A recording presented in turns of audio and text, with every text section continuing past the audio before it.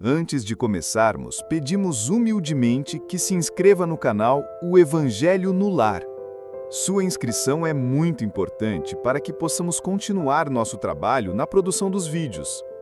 Curta o vídeo e ative as notificações para receber mensagens de luz e consolo todos os dias. Prece de abertura. Senhor Jesus, aqui estamos reunidos para aprender um pouco mais do Teu Evangelho de amor e esperança. Que nossos corações estejam abertos à compreensão das Tuas palavras e que os bons espíritos nos envolvam com paz e sabedoria. Continuação do capítulo 5. Bem-aventurados os aflitos. Causas atuais das aflições. 4. As vicissitudes da vida são de duas espécies, ou, se quisermos, têm duas origens bem diversas que importa distinguir. Umas têm sua causa na vida presente, outras fora desta vida. Remontando à fonte dos males terrenos, reconhece-se que muitos são as consequências naturais do caráter e da conduta daqueles que o sofrem. Quantos homens caem por sua própria culpa? Quantos são vítimas de sua imprevidência, de seu orgulho e de sua ambição? Quantas pessoas arruinadas por falta de ordem, de perseverança, por mau comportamento ou por não terem limitado seus desejos? Quantas uniões infelizes, porque resultaram dos cálculos do interesse ou da vaidade, nada tendo com isso o coração? Que de dissensões, de disputas funestas poderiam ser evitadas com mais moderação e menos suscetibilidade? Quantas doenças e aleijões são o efeito da intemperança e dos excessos de toda ordem? Quantos pais infelizes com os filhos, por não terem combatido as suas más tendências desde o princípio?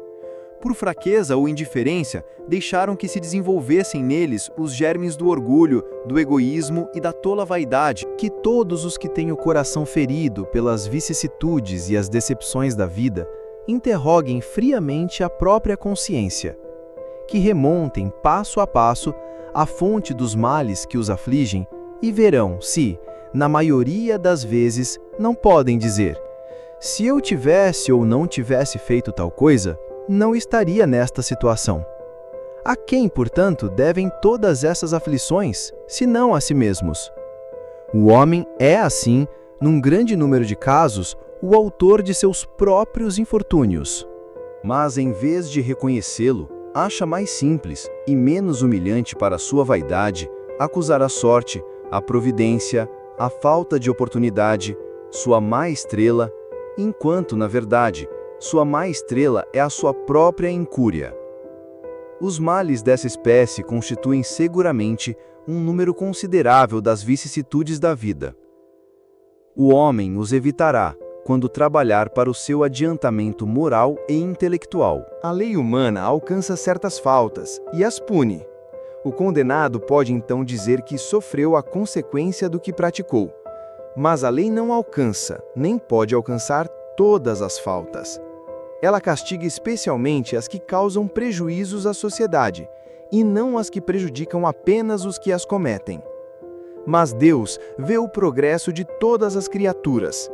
Eis porque não deixa impune nenhum desvio do caminho reto.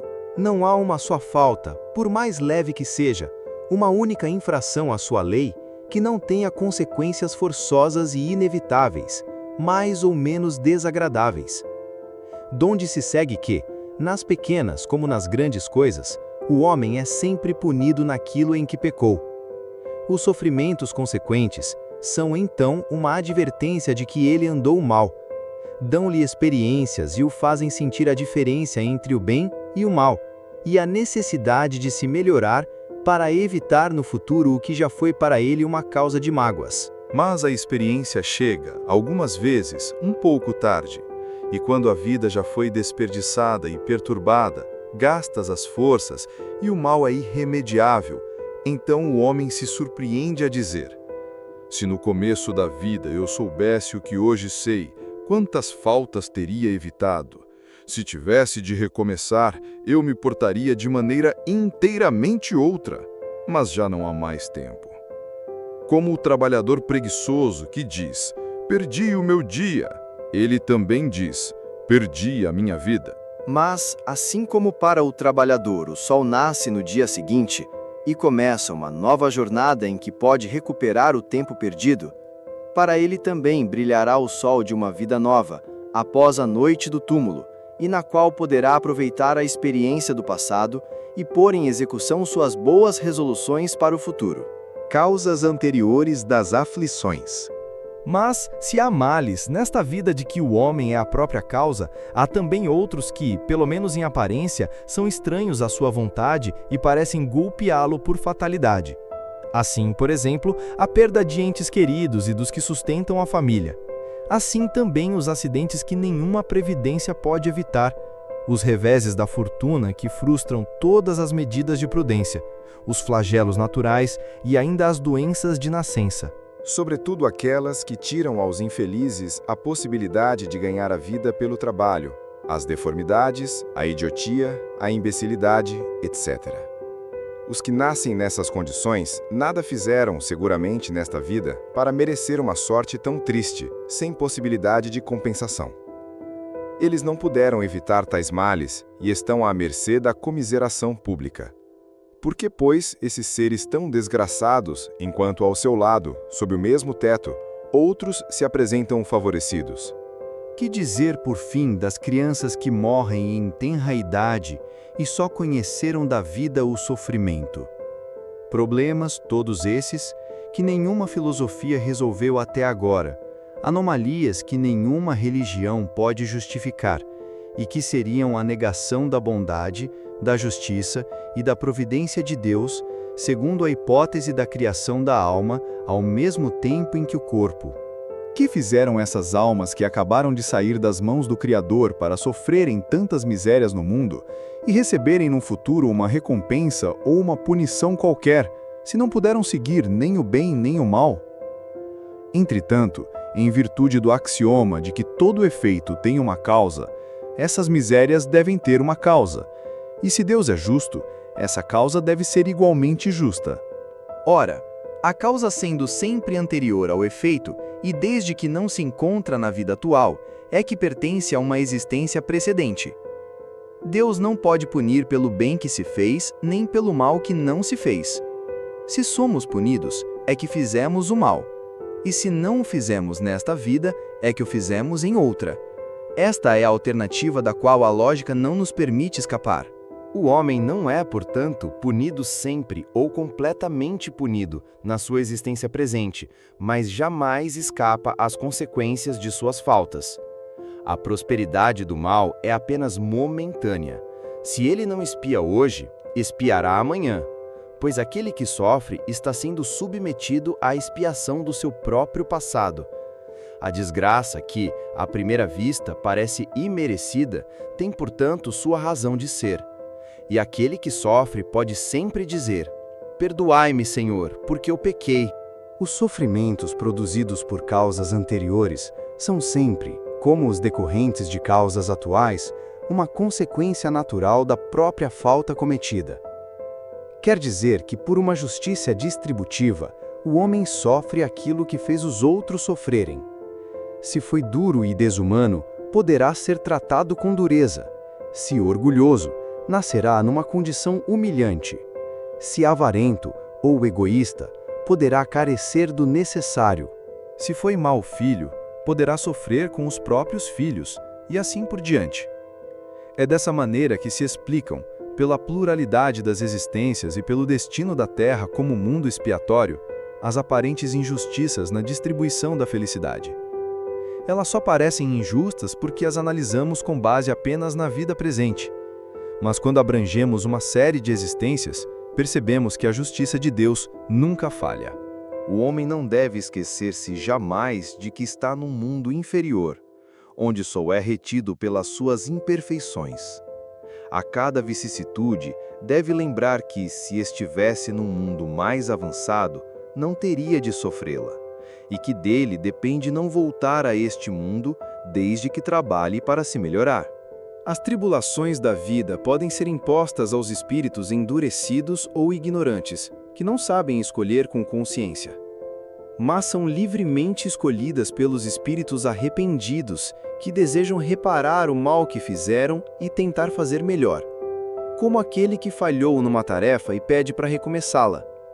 Essas tribulações são, portanto, ao mesmo tempo, expiações do passado e provas para o futuro. Rendamos graças a Deus que, na sua bondade, concede aos homens a faculdade da reparação e não os condena irremediavelmente pela primeira falta. Não se deve crer, entretanto, que todo sofrimento porque se passa neste mundo seja sinal de uma falta. Muitas vezes, trata-se de simples provas escolhidas pelo Espírito para se purificar e progredir. A expiação serve sempre de prova, mas a prova nem sempre é uma expiação. Ambas, no entanto, indicam inferioridade, pois os perfeitos não precisam ser provados. Um espírito pode já ter um grau elevado, mas quer subir mais. Então solicita uma missão, uma tarefa difícil. Será tanto mais recompensado quanto mais penosa for a luta. Esse é o caso de pessoas de alma naturalmente elevada, que sofrem com resignação e pedem forças a Deus para suportar sem se queixar. Ao contrário, as aflições que provocam revolta contra Deus são geralmente expiações, não provas voluntárias. O sofrimento que não provoca murmurações é indício de que foi escolhido livremente. É a prova de uma firme resolução e sinal de progresso. Os espíritos não podem aspirar à perfeita felicidade enquanto não estiverem puros. Toda mancha impede a entrada nos mundos felizes. Assim como passageiros de um navio contaminado não podem desembarcar, os espíritos impuros não podem habitar esferas superiores. É nas diversas existências corpóreas que os espíritos se livram, pouco a pouco, de suas imperfeições. As provas da vida fazem progredir, quando bem suportadas. Como expiações, apagam as faltas e purificam. São um remédio que limpa a ferida e cura o doente. Quanto mais grave o mal, mais enérgico deve ser o remédio. Aquele que muito sofre deve dizer: tinha muito a expiar e alegro-me por estar sendo curado. Dele depende, com resignação, tornar proveitoso seu sofrimento. Caso contrário, perderá seus frutos e terá de recomeçar. Reflexão final. Quantas vezes, diante da dor, nos perguntamos: por que comigo? O estudo de hoje nos convida a olhar para a vida com olhos mais amplos, não apenas para o que vemos nesta existência, mas para a continuidade da alma, que atravessa séculos aprendendo, reparando, evoluindo. As aflições, ainda que difíceis, não são castigos, mas oportunidades. Algumas vêm como resultado direto de nossas escolhas, outras como provas voluntárias que nosso espírito aceitou com coragem antes de reencarnar. Todas têm um propósito: despertar a consciência, fortalecer a fé, purificar o coração. Sofrer com resignação, buscar entender o porquê da dor e transformar o sofrimento em aprendizado é a chave da verdadeira libertação espiritual. Prece de encerramento. Senhor, nosso Pai de infinita bondade, agradecemos pelas lições que hoje tocaram o nosso coração. Sabemos que a dor tem sua razão e que o sofrimento, quando aceito com fé, nos conduz ao teu amor. Dá-nos forças para seguir com paciência, coragem para nos melhorarmos e serenidade diante das provações da vida. Que saibamos transformar as aflições em aprendizado e nunca percamos a esperança no teu amparo. Fica conosco, Senhor, hoje e sempre. Pai nosso que estais no céu, santificado seja o vosso nome. Venha a nós o vosso reino. Seja feita a vossa vontade, assim na terra como no céu. O pão nosso de cada dia nos dai hoje. Perdoai as nossas ofensas, assim como nós perdoamos a quem nos tem ofendido. E não nos deixeis cair em tentação, mas livrai-nos de todo o mal. Que assim seja. Ave Maria, cheia de graça, o Senhor é convosco. Bendita sois vós entre as mulheres, e bendito é o fruto do vosso ventre, Jesus. Santa Maria, Mãe de Deus, rogai por nós, pecadores, agora e na hora da nossa morte. Amém.